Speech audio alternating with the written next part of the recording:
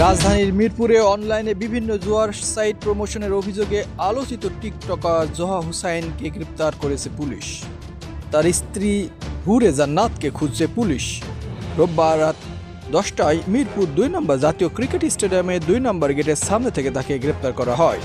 এ ঘটনায় সোমবার রাজধানীর মিরপুর মডেল থানায় সাইবার নিরাপত্তা আইনে একটি মামলা হয়।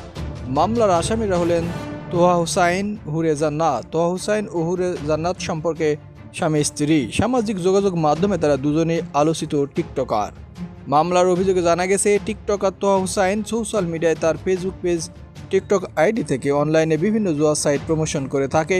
অল্প টাকা ডিপোজিট করে খুব সহজেই অধিক মুনাফা আয় করা যায়, এই মর্মে যুব সমাজকে জুয়া এবং বিভিন্ন অনৈতিক কাজে প্রলুব্ধ করে আসছেন তোহা।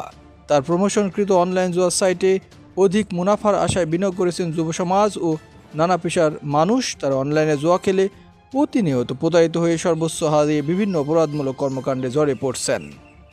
মিরপুর মডেল থানার ওসি সাজ্জাদ হোসেন বলেন, টিকটক আইডি থেকে জুয়া সাইট প্রমোশনের অভিযোগে তোহাকে গ্রেপ্তার করা হয়েছে। মামলার অন্য আসামি হুরে জান্নাতকে খুব দ্রুত গ্রেপ্তার করবে এবং সর্বোচ্চ শাস্তি নিশ্চিত করবে। এর আগেই তোহা এবং জান্নাতের অশ্লীল ভিডিও ছড়িয়ে পড়ে ফেসবুকে।